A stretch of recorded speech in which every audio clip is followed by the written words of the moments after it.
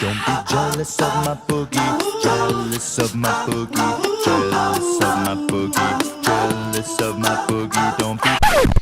Bonjour et bienvenue dans cette nouvelle vidéo. Aujourd'hui, et il était temps, nous allons infuser du oolong. Et pas n'importe quel oolong, mais l'une des familles que personnellement je préfère et qui est souvent considérée comme l'une des plus nobles de la grande famille des oolongs qui comporte des centaines voire des milliers de variétés. Les tansong. Les tansong, alors c'est un mot qui peut prêter à confusion. Littéralement, ça veut dire arbre unique. Donc on pourrait penser que ça, en fait, ça désigne n'importe quel thé dont les feuilles sont récoltées d'un seul arbre. Mais en fait, c'est le mot communément utilisé pour employer cette famille. Donc cette famille de oolong qui vient du mont Wudong, la montagne Phénix, et donc qui sont des oolongs qui sont très réputés pour avoir des parfums incroyables. Ici, nous allons infuser ce thé. Alors c'est un thé, je ne vais pas arriver à prononcer le mot chinois.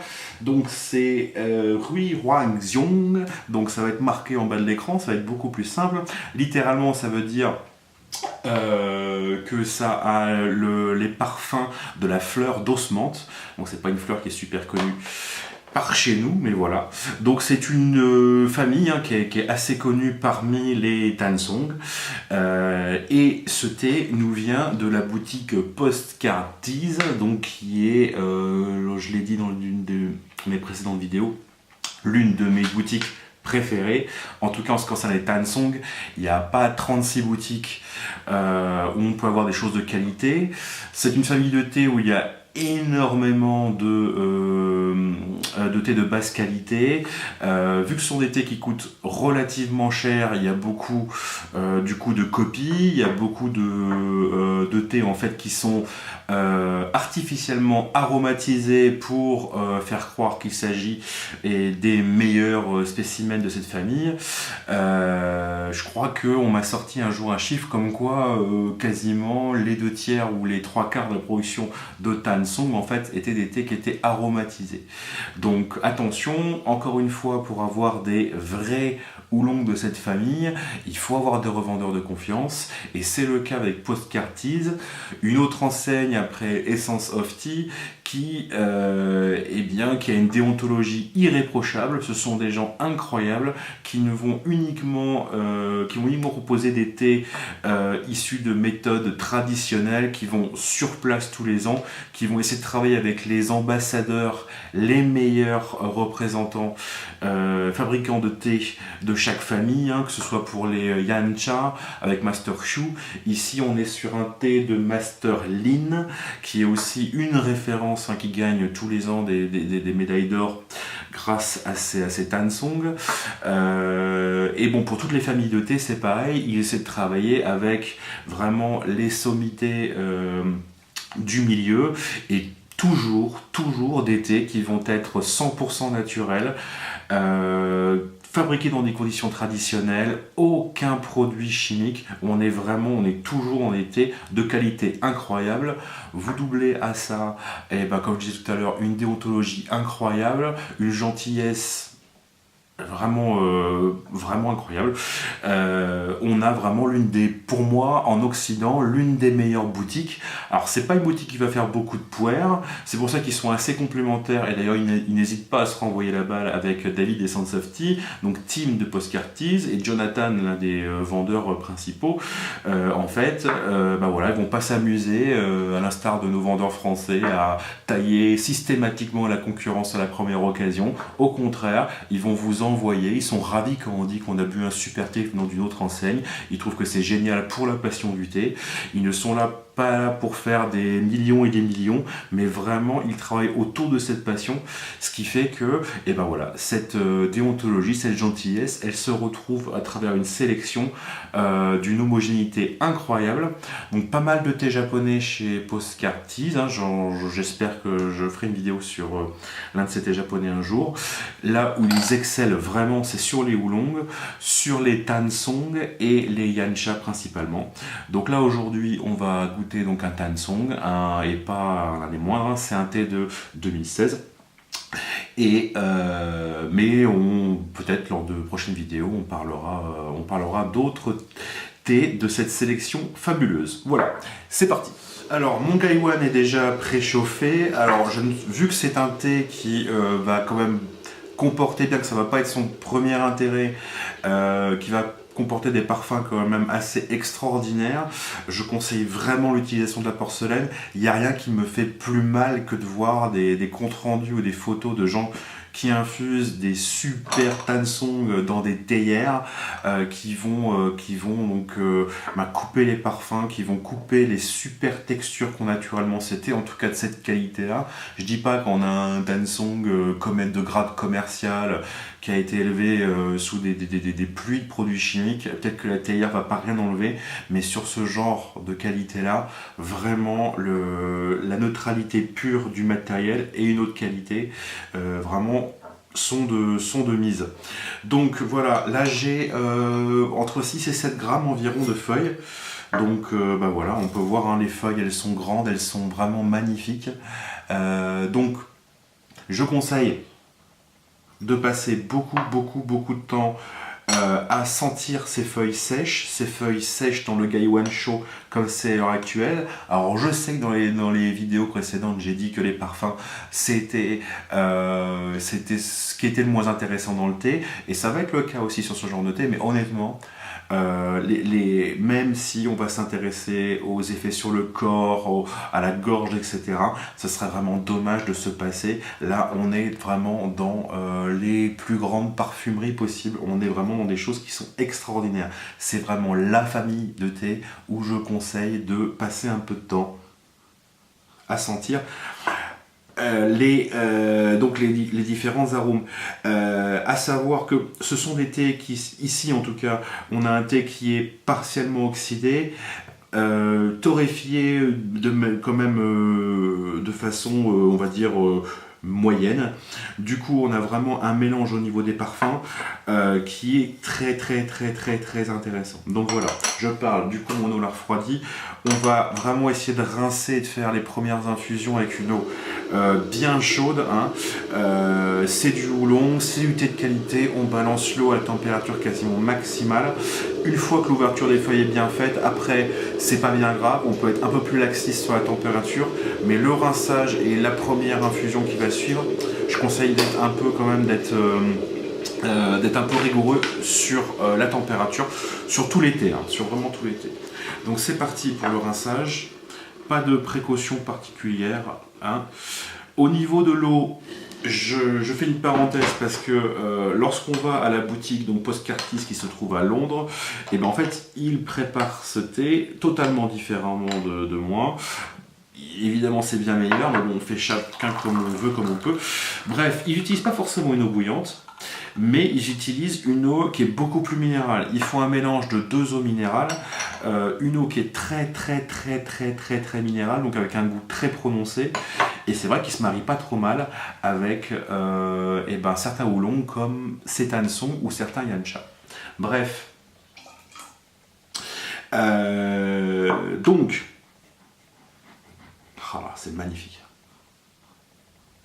On a une minéralité qui saute là, qui est vraiment incroyable. Voilà, alors je termine mon rinçage. Donc on prend du temps à sentir les feuilles, on prend aussi du temps à sentir les fonds de tasse, les fonds de cruche. C'est intéressant, c'est différent. Là on a surtout du sucre sur ces fonds de tasse, mais également si on passe du temps, on voit beaucoup de notes fruitées, donc minérales, fleuries, etc. Je ne vais pas m'amuser à les décrire, mais honnêtement, ça vaut le coup. C'est vraiment très impressionnant quand on connaît, surtout quand on connaît que les thés parfumés, qui sont vraiment super extravagants et vraiment trop, hein, qui peuvent limite donner mal au crâne. Et ben là, on a vraiment un thé avec des parfums qui sont très appuyés, mais d'une manière totalement naturelle, ce qui fait que c'est un vrai bonheur. Voilà. Je vais redonner un petit coup à la bouilloire et donc faire directement cette première infusion. J'en profite pour terminer donc la description de ce thé. Donc ce thé, il est issu, les feuilles sont issues d'un seul arbre qui en 2016 a donné 5 kg alors je sais plus si c'est de feuilles ou de thé, je ne retrouve plus l'info. Bref, une petite quantité, hein, c'est un seul arbre, c'est les feuilles d'un seul arbre, d'un arbre qui a 180 ans, ce qui est voilà, qui est déjà respectable hein, pour un arbre à thé. Il y a plus vieux, mais bon, il y a beaucoup plus jeune. Ce thé a subi donc une torréfaction légère au charbon de bois. Et donc il a été récolté en avril 2016. Et bien écoutez, voilà. Hop. Et pour terminer, parce que donc je suis sur le site pour vous lire ces choses en même temps, il conseille d'utiliser un fort ratio de feuilles, ce qui est ici le cas. Donc personnellement, mon petit plaisir avec les Tansong, c'est de faire une première infusion super courte, de façon à avoir un thé qui va être très peu sur les saveurs, mais c'est là où la magie de cette famille va opérer, c'est que tout va se passer dans l'after, dans la longueur en fait, où en fait là, sur les retours, des fois c'est immédiat, des fois ça prend 5, 10, 20, 30 secondes, on va avoir des avalanches et des avalanches de saveurs qui vont arriver. C'est un thé, comme beaucoup de thés de qualité, qu'on ne savoure pas pour l'immédiateté en fait des goûts qu'on a en bouche quand le thé voilà, il est en bouche, mais pour tout ce qui va se passer après sur la longueur, que ce soit donc au niveau des saveurs comme je viens de dire, mais aussi au niveau des sensations de corps, énergie, etc. Voilà, et pour terminer, je vais quand même donner son prix parce que c'est quand même quelque chose d'assez important. On est à 28 livres les 20 grammes. Donc c'est pas anodin. Hein. Donc ce petit sachet de 20 grammes, il coûte quand même plus de 30 €. Donc quand on met comme moi 6 grammes, moi je calcule voilà, pour faire 6-7 grammes pour que j'ai 3 dégustations avec le sachet, et on est quand même une dégustation à 10 €. Donc écoutez, c'est un choix. Hein. On peut mettre ça dans une bouteille de vin, on peut mettre ça dans un McDo. Personnellement, je préfère sauter un repas et boire ce genre de choses. Et croyez-moi, le corps vous en remerciera 1000 fois. Voilà. Dernière fois. Bah non, pas une dernière fois même. Oh là là là là.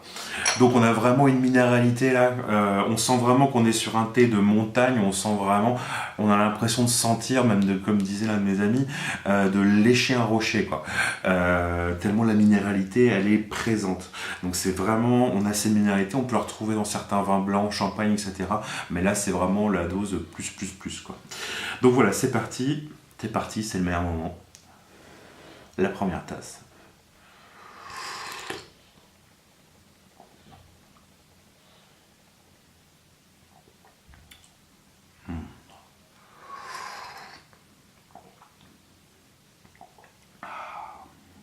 Bon, je vous décris un peu ce qui se passe.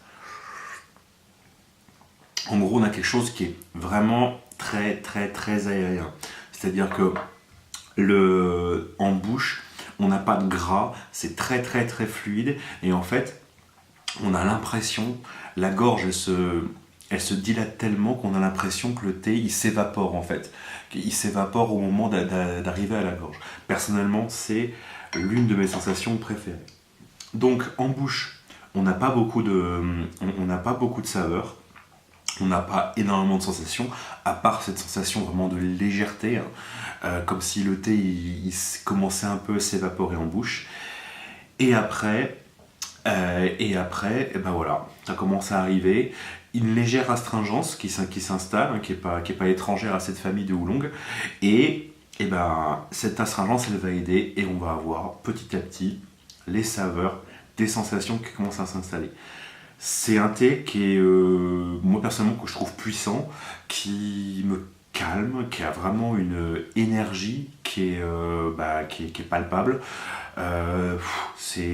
Voilà, c'est pas un tel anodin. J'ai bu une toute petite tasse et je sens vraiment, pourtant je parle, mais je sens vraiment que son énergie, elle m'assoit et elle me relaxe.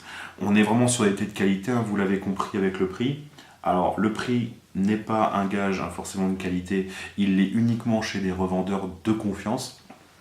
parce qu'il y aura d'autres vendeurs qui n'auront aucun scrupule à vous vendre des thés soi-disant comme ça, au même prix, plus cher, mais ça sera des faux. Donc ce genre de thé, ben voilà, c'est la qualité. C'est pas facile à vous la retransmettre comme ça, mais en tout cas c'est assez extraordinaire. Excusez-moi, égoïstement, je vais aller sur la deuxième tasse.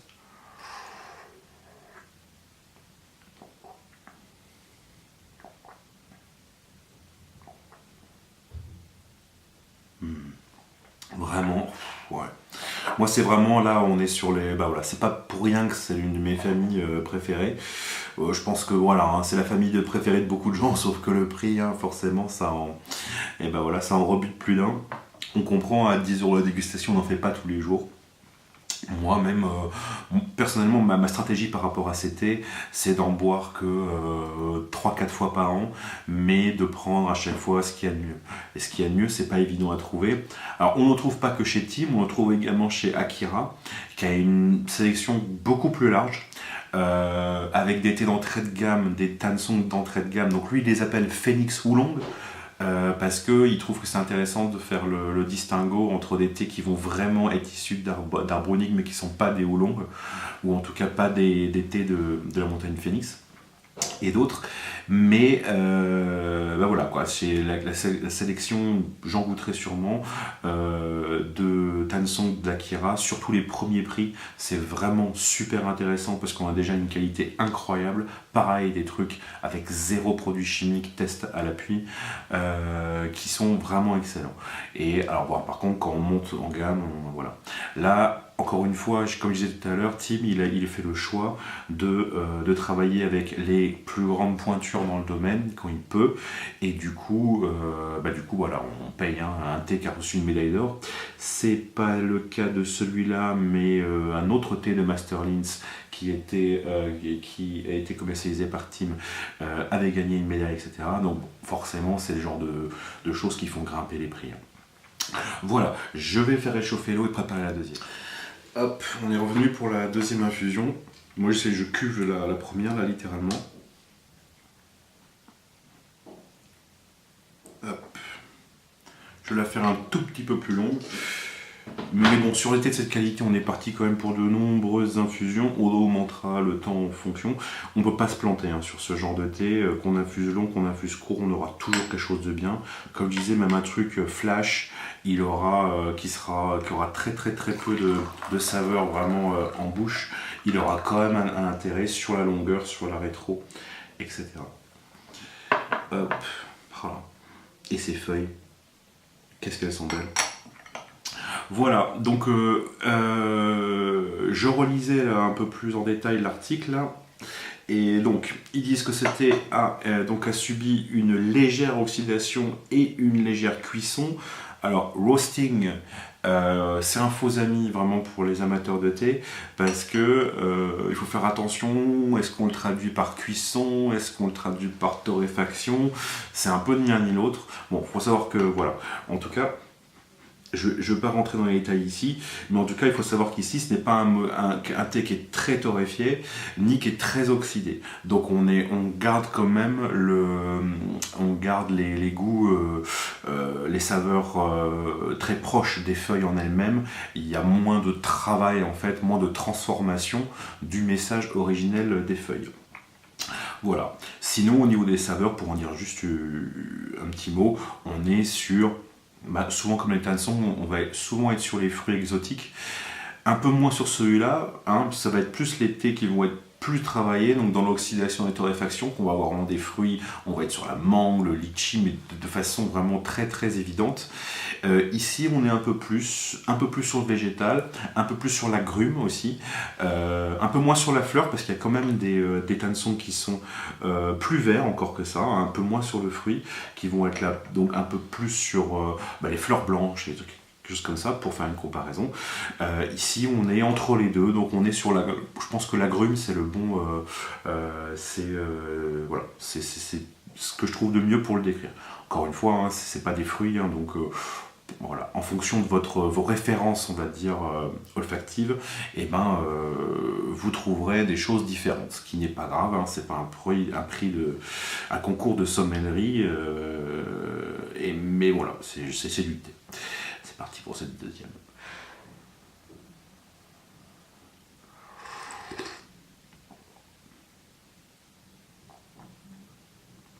Donc les saveurs sont un peu plus évidentes en bouche. Un peu plus, un tout petit peu plus d'astringence également.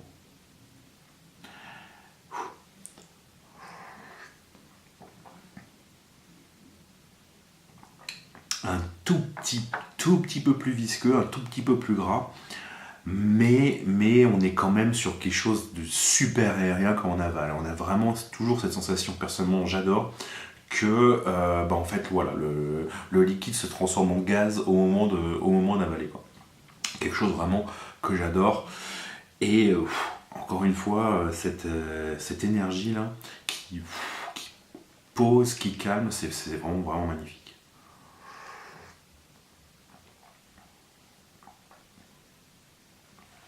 Les oolongs, c'est vraiment une famille, c'est vraiment des thés qui sont très bien pour les débutants, parce qu'ils sont très sucrés en fait, hein. Quand on commence le thé, moi je sais que je renvoie facilement vers la famille des oolongs pour des gens qui sortent du thé parfumé et qui veulent aller vers le thé nature, parce que voilà, si on avait l'habitude de sucrer son thé, et les oolongs, on va avoir naturellement un aspect miel, on va dire, hein, qui va être là, et qui va permettre de déguster des thés de qualité sans les sucrer. Surtout, évidemment, pas sucrer ce genre de thé.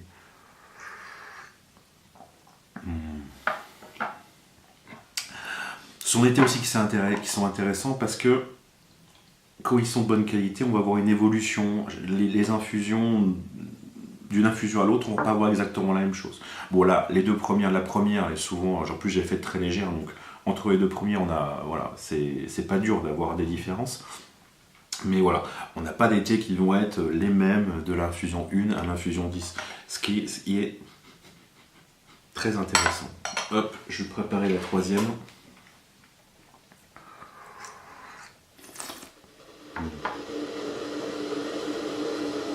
Je sais pas ce que je pourrais ajouter de plus sur cette vidéo, sur ce thé. C'est un thé à vivre, c'est un thé à... Voilà, encore une fois, c'est une bonne illustration d'un thé de très haute qualité. Alors, il se trouve qu'en plus sur celui-là, on va avoir des saveurs et des parfums qui vont être exquis, mais c'est vraiment sur les effets sur le corps, sur l'empreinte qu'a ce thé, que voilà, c'est vraiment ce qui va être important. Et voilà, j'en perds un peu mon latin d'ailleurs parce que je me fais un peu rattraper là par l'énergie de ce thé. C'est un thé qui mériterait peut-être de se déguster en silence, mais en tout cas moi je suis bien content de le partager avec vous.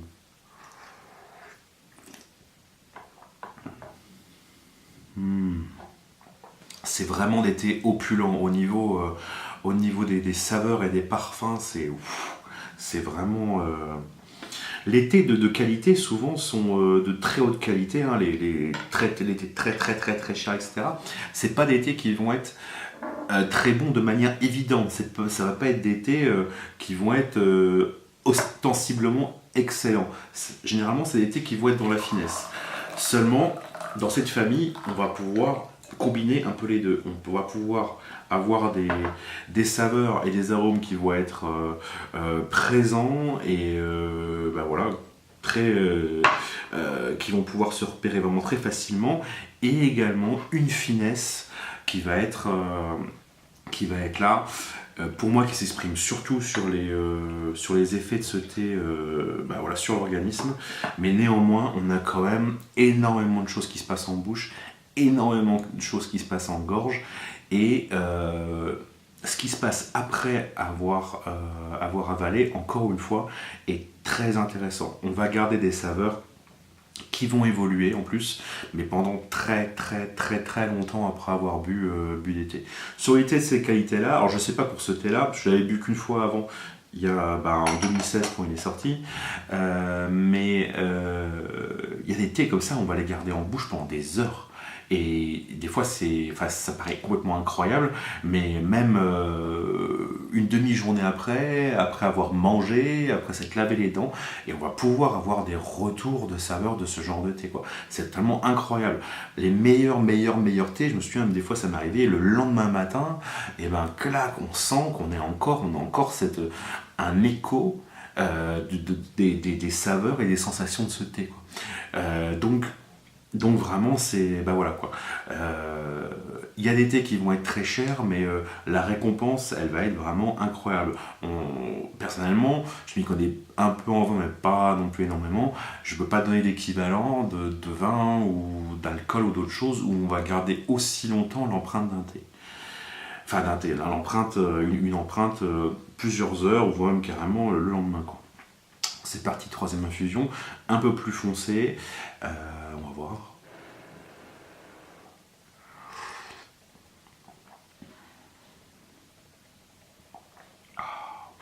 Donc on est plus gras.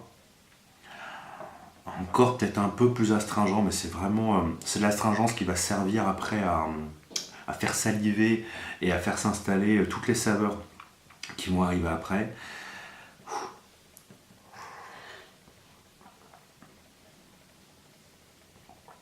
Ouais, on est plus gras, on est plus sur le fruit mûr là qu'au début. Par contre, ça envoie. Waouh! C'est vraiment troisième infusion là. Je sais pas pour combien d'infusions on est parti là, mais en tout cas, waouh!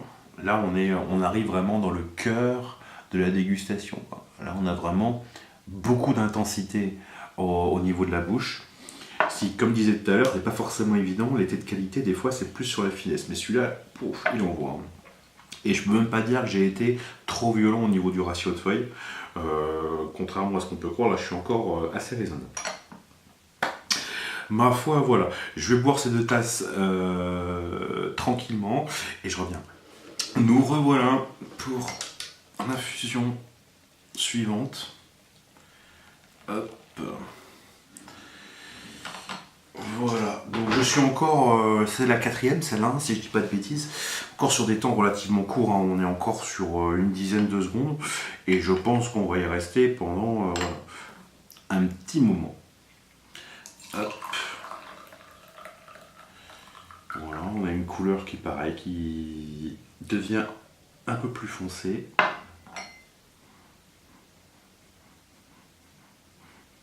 On est un peu moins sur la minéralité, sur le nez là. Ah, quoique, sur les feuilles, si. Si, complètement. C'était moins évident sur le dos du galvan. Hop. Voilà. Un petit mot, je ne vais pas avoir grand chose à rajouter, hein, parce que, bon bah voilà, le thé, il est vraiment... je ne vais pas dire que c'est le meilleur Tansong que j'ai bu, parce que j'ai eu la chance et je me suis fait pas mal de plaisir à acheter vraiment le super haut de gamme, que ce soit chez Tim ou chez Akira. On est quand même, bon c'est un thé malheureusement qui est en rupture de stock, mais on est quand même sur du très très haut level. Et c'était là, bah en fait il laisse un peu des fois sans voix, hein. Disons que l'intérêt, comme je continue à te dire, j'espère que c'est pas trop frustrant, de l'énergie, de l'empreinte de ce thé sur le corps est tellement plus prépondérant sur l'intérêt purement organoleptique que bah voilà, c'est pas forcément facile à faire passer en vidéo. Bref, ce genre de feuilles, on les a quand même grâce à un travail très très très sérieux de la part de Tim et de ses collaborateurs. On dit souvent que les meilleures feuilles de Chine ne quittent pas la Chine, et c'est pas évident, et c'est vraiment grâce au travail de gens voilà, comme Tim qu'on arrive à avoir en Europe, en Occident, des thés de cette qualité, hein, parce que ça va vite, hein, les Chinois, le thé c'est vraiment, surtout les thés de très haute qualité, quelle que soit la famille, généralement c'est pour le marché intérieur, hein. Et Tim également arrive à avoir un extraordinaire thé vert Longjing de Master Luo. Donc c'est pareil, là on frôle le top du top de ce qui se fait en Chine en matière de Longjing, qui est le thé vert le plus prestigieux. Voilà, c'est pas évident hein, de faire sortir ce genre de thé de Chine. C'est pareil pour le Japon, c'est un thé vert japonais. Il y a des thés, il arrive à avoir des thés qui sont normalement qui font partie des productions réservées à l'empereur. Bref, on est vraiment sur des choses, il faut, voilà, ça se travaille surtout en Asie, ça demande pas mal de relations, mais bon, voilà, quand on est gentil, sincère et qu'on arrive vraiment avec la vraie passion du thé et pas juste la motivation de monter un business, et ben voilà, ça paye. En tout cas, voilà, chapeau. Pour avoir ce genre de qualité en Occident, il faut du travail et c'est grâce au travail de passionnés comme ça que nous, modestes amateurs, voilà, on peut toucher du doigt ce qui est vraiment le monde du thé et ce genre de qualité.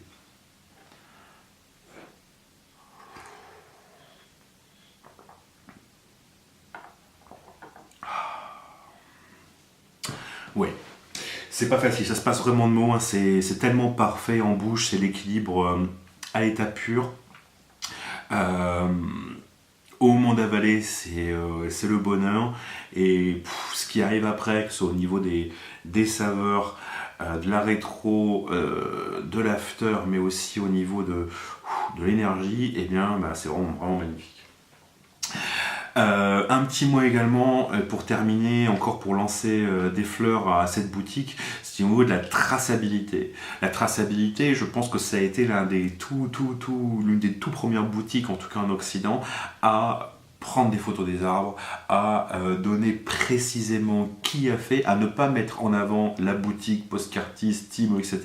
Vraiment à travailler dans l'humilité, la modestie la plus totale, de mettre en avant les artisans du thé, ceux qui sont vraiment responsables, hein. C'est pas les revendeurs, il suffit pas de rajouter une étiquette avec son nom dessus, hein. C'est vraiment les gens qui font le thé, du producteur qui tous les jours de l'année va prendre soin de ses arbres, jusqu'à la récolte, à la fabrication évidemment.